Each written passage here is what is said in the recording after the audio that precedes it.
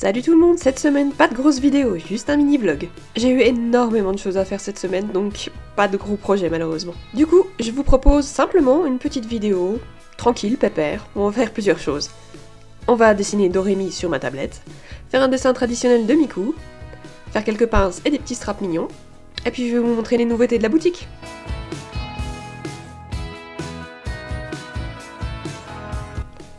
Je sais pas si votre enfance a été bercée par Dorémy, mais en tout cas, moi, c'était le cas. C'est resté un de mes Magical Girl préférés, et parmi les personnages que j'aime le plus dessiner aussi. J'ai des tas et des tas de fanarts de Dorémy. Pas autant que Sakura, qui reste ma Magical Girl préférée, mais quand même. Au départ, ce dessin, j'avais prévu de le faire dans le même style que celui de Madoka et Sakura d'ailleurs.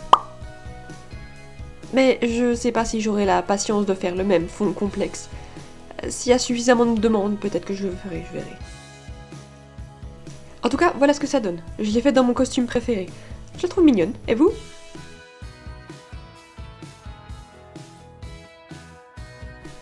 Ensuite, je vais vous montrer rapidement comment on fait des petits trucs mignons avec une pâte qui durcit à l'air. J'utilise cette pâte-là de chez Action, elle est pas très chère en plus.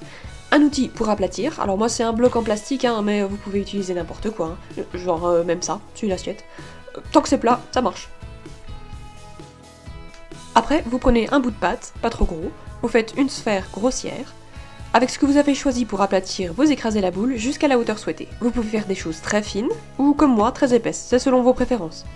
Ensuite, il vous faudra au choix un emporte-pièce, si vous voulez vous faciliter la vie, ou alors vous pouvez faire comme moi et découper une forme dans du papier pour se faire un gabarit. Puis vous découpez la forme dans la pâte avec un cutter de précision. Si jamais vous en avez pas, vous pouvez utiliser la partie aiguille d'une épingle à nourrice. C'est moins précis, mais ça fonctionne aussi. Une fois la forme découpée, il y a des chances pour que ce soit un peu moche. Mais pas de panique, il suffit de lisser avec de l'eau pour rattraper ça.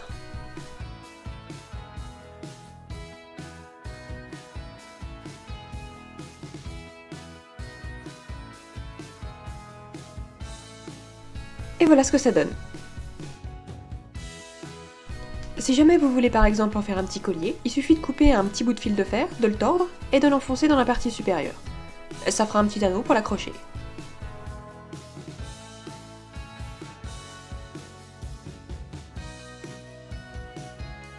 Une fois c'est qu'on se rend compte un peu des petites erreurs et des petites bosses. Mais ce qu'il y a de bien avec cette pâte, c'est qu'on peut la limer. Il suffit donc de gratter les parties qui ne sont pas très belles. On peut même utiliser une petite lime à ongles, vous savez celles qui sont en carton là. Elles vont bien pour ça.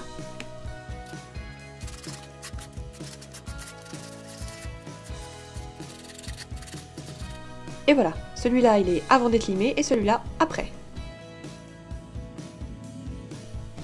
Après ça on fait un petit croquis rapide de ce qu'on veut peindre.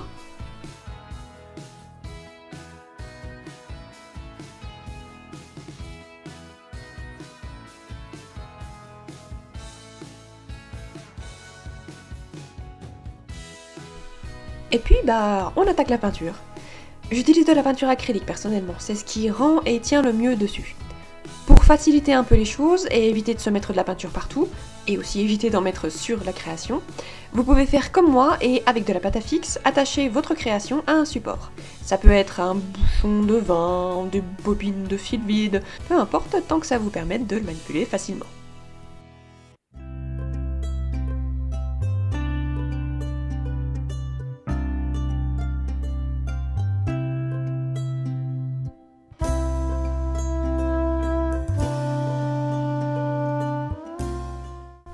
Voilà, du coup j'en ai profité pour en faire plusieurs. Le petit ourson, un cerf et un petit clown. Parce que j'adore les clowns en ce moment, j'en dessine plein. Et en fait ce petit clown c'est pas la première fois que je le fais. J'en ai déjà fait un autre un peu plus ancien, je crois que c'était au début d'année il me semble. Et voilà, je vous montre un petit peu la différence entre celui du début d'année et celui que j'ai fait aujourd'hui.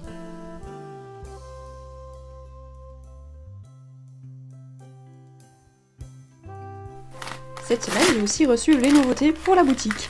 C'est principalement des stickers.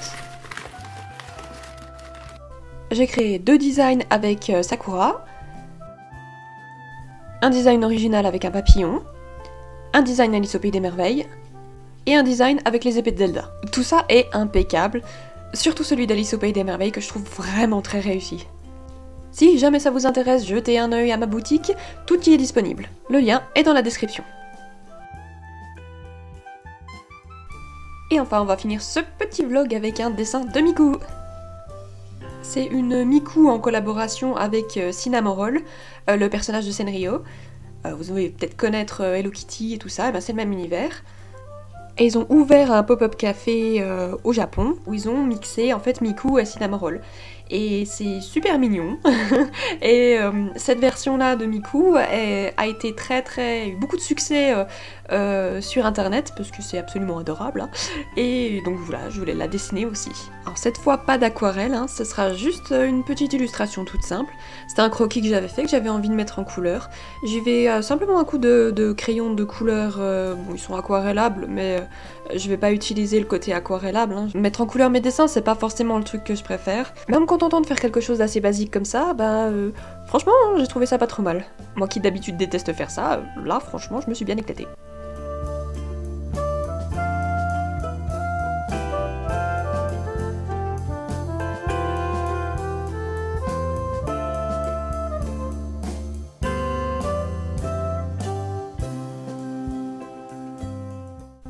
Et voilà, Miku dans mon style.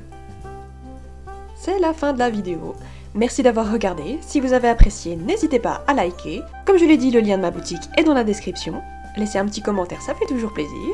Et puis abonnez-vous si vous voulez voir plus de vidéos. A bientôt, bye bye!